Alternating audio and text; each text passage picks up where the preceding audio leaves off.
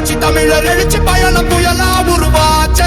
பல வருஷம் கழிச்சு நினைச்ச கனவு நிஜமா நடந்தா. இன்றைக்கு தண்ணி திறந்து விட்டு ஒரு மாசத்துக்கு மேல ஆச்சு, இன்னும் கடபடைக்கு தண்ணி போய் சேரல. இன்றைக்கு விவசாயிகள் ஆலோசனை கூட்டத்தில் எங்க இடத்துல நாகப்பட்டினம் மாவட்டம், மயிலாடுதுறை மாவட்டம், இப்படி திருவாரூர் மாவட்டத்தில் இருக்கிற விவசாயிகள்லாம் எங்க இடத்துல அவள் மனுவாக எழுதி கொடுத்தாங்க. தண்ணி திறக்கப்பட்ட ஒரு மாதம் ஆகியும் இன்னும் கடமடை பகுதிக்கு இன்னும் தண்ணி போகல, விவசாய பணிகளை மேற்கொள்ள முடியல அப்படின்னு ஒரு கருத்தை சொல்லியிருக்கிறாங்க. இந்த அரசாங்கம் தூர்வாரதுலையும் ஊழல் செஞ்சுட்டாங்க. முறையாக தூர்வாரி இருந்தால் கடைக்கோட்டையில் இருக்கின்ற விவசாயிகளுக்கும் தடை இல்லாமல் தண்ணி போயிருக்கும். இந்த ஆட்சியில் முறையாக தூர்வாரல. அதிமுக ஆட்சியில் தான் இந்த தூர்வாரின்ற பணி முழுமையாக நாங்கள் செஞ்சோம். இதுக்குன்னு தனி அதிகாரிகளை போட்டு அந்த அதிகாரிகள் அங்கங்கே தூர் வாரப்படுகிறதா என்ற புகைப்படத்தை எடுத்து காட்டணும், சும்மாலாம் கிடையாது. அதுக்கு ஒவ்வொரு மாவட்டத்துக்கும் ஒரு செயலாளர் அந்தஸ்துள்ள அதிகாரிகளை IAS அதிகாரி நியமித்து வட மாவட்டத்தில் இருக்கின்ற அங்கே இருக்கின்ற பொறியாளர்கள்லாம் இந்த நம்முடைய டெல்டா மாவட்டத்தில் நியமித்து அவர்கள் சூப்பர்வைசர் பண்ணி முறையாக தூர்வாரி அரசாங்கம் அதிமுக அரசாங்கம். அது மட்டும் இல்லை, இந்த பக்கம் ஏரி குளம் இருக்குது. இன்றைக்கு மழை காலத்தில் பெய்கின்ற நீரை ஏரி குளத்தை குட்டையெல்லாம் தேங்குவதற்கு குடிமராமத்து திட்டத்தை கொண்டு வந்தோம். குடிமராமத்து திட்டம், அந்த குடிமராமத்து திட்டத்தின் மூலமா ஏரி குளம் குட்டை எல்லாம் தூர்வாரி அந்த தூர்வாரப்பட்ட அந்த வண்டல் மண்ணை விவசாயிகளுக்கு இயற்கை உரமா இலவசமா அவருடைய நிலத்துக்கு பயன்படுத்தினாங்களா. இதனால நல்ல விளைச்சல் கிடைச்சது. ஒரு பக்கம் ஏரி ஆளாச்சு, எடுக்கப்பட்ட வண்டல் மண் விவசாயியுடைய அடி உரமா அந்த நிலத்திற்கு பயன்படுத்திய காரணத்தில் நல்ல விளைச்சல் அதிகமாக கிடைத்தது. இந்த ஆட்சியில் அதையும் நிறுத்திட்டாங்க.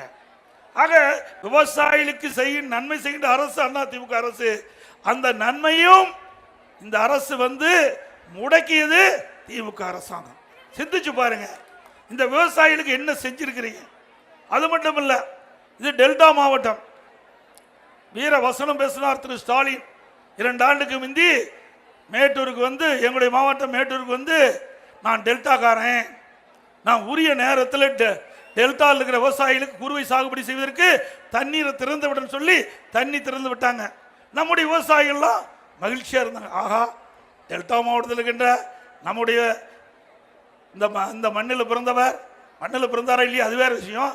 இந்த மண்ணை சேர்ந்த மாவட்டத்தை சேர்ந்தவர் உரிய நேரத்தில் போய் நமக்கு தண்ணி திறந்து விட்டுருக்கிறார். ஆகா, நல்ல சரியான நேரத்தில் சாகுபடி செஞ்சு நல்ல விளைச்சல் கிடைக்கும் என்று அந்த குறுவை சாகுபடி செஞ்சாங்க. இறுதியா விளைகின்ற நேரத்தில் அறுவடை செய்கின்ற நேரத்தில் தண்ணி இல்லாத காஞ்சி போயிட்டு.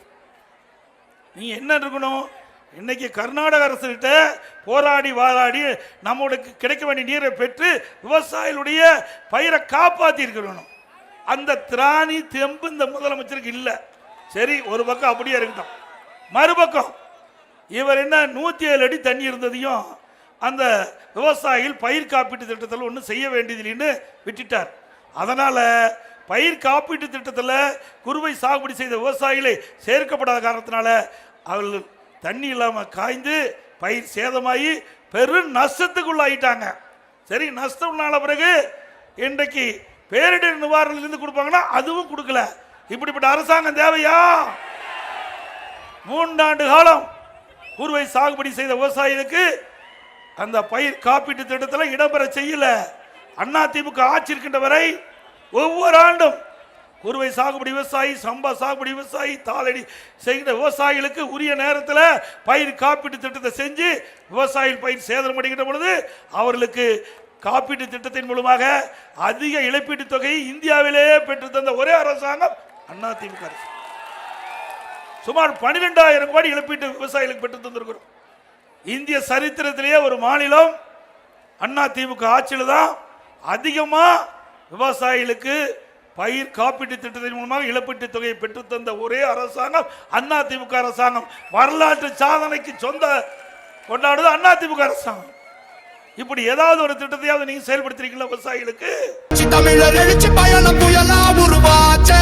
பல வருஷம் கழிச்சு நினைச்ச கனவு நிஜமா நடந்தாச்சு.